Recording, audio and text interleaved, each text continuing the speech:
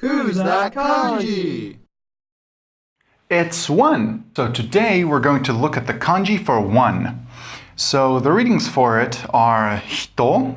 As you can see, it's the beginning, like for example, hitori, which means one person. And then you have hitotsu, which means one object of some sorts. So here you can see a dot, which means that the tsu is going to go outside of the kanji.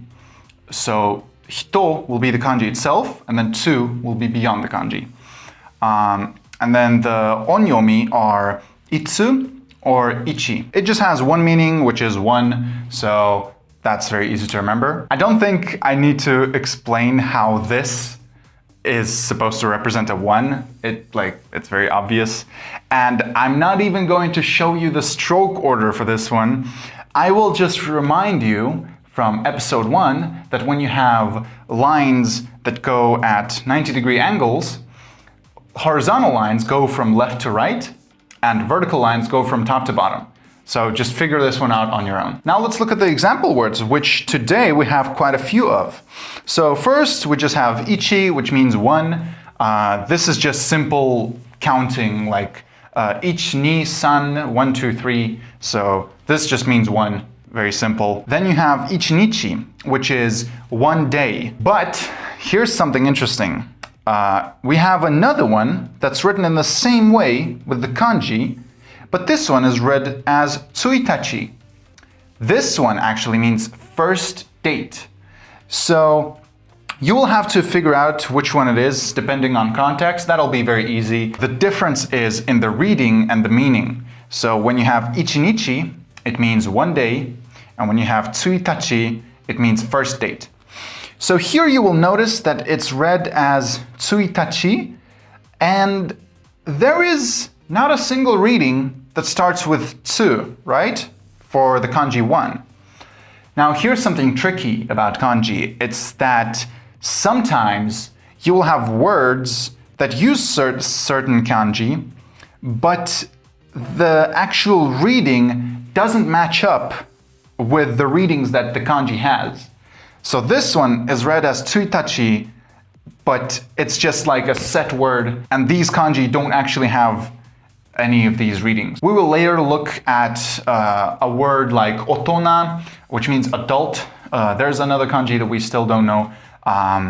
But basically it's also an example of a word where the reading of the word doesn't match up with the available readings of the kanji. So keep that in mind. It's not very common. There aren't that many words that are read in a unique way, but there are words like that. So keep that in mind. Next we have ippon, which means one thin cylindrical object.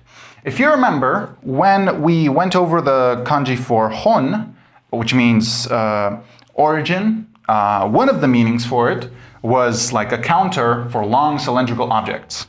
So here it is. This is one of the words containing that kanji. Of course, this is not the only word. You will have ippon, nihon, sanbon, but we'll look at those in the next lessons. So basically, yeah, you have ippon. Here, the reading is this one, itsu.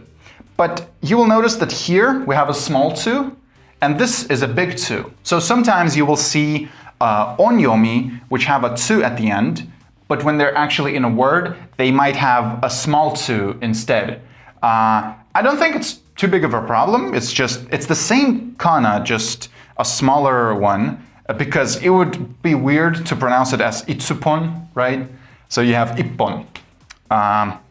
And there are quite a lot of words where this is the first kanji, and it's read as i and then a small tsu. If you don't know, the small tsu just makes the next consonant harder. So it's not ippon, it's ippon. Yeah, and then we have hitori, which is the one that I mentioned when I showed you this reading. It just means one person, very simple.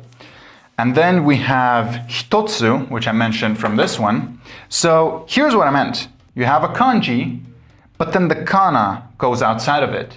A lot of verbs work that way. And when we will go over verbs, over kanji that are used in verbs, you will see that a lot. So I don't think that's very difficult. You just have the kanji and then one kana, or maybe even more sometimes, goes outside. So once again, hitotsu, one thing. There's something tricky in Japanese, which is when you count things, there are certain counters that you have to use for them. And those counters will have certain kanji. So this is one of the two counters we went over, which is hon, which is the counter for cylindrical objects. And then this is the counter for days. Here we have ichinichi, one day, right? This is just a default. If you do not know the counter that you need to use in a certain situation, you can just say hitotsu. So yeah, now let's go over example words. I won't give you one for the first one because it's just counting ichi, ni, san, 1, 2, 3.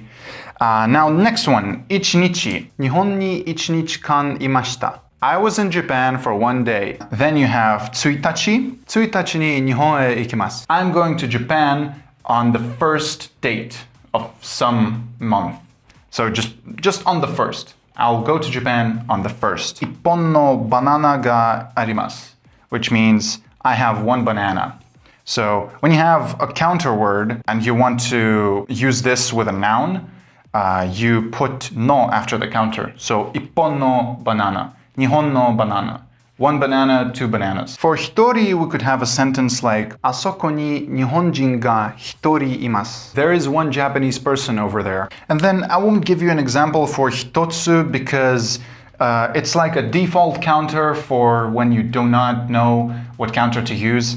So if I were to use this in a sentence, it would be incorrect because I actually have to use a counter. So you could technically say hitotsu no banana ga arimasu, which would mean I have one banana, but it kind of shows that you're not that good at Japanese because you're not using the appropriate counter, hon, but you're just saying hitotsu.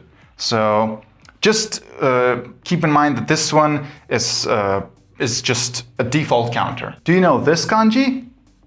I mean, you can probably guess. We'll see what it is in the next episode. Subscribe here so you don't miss it and check out the playlist with all of the episodes. Mata kondo!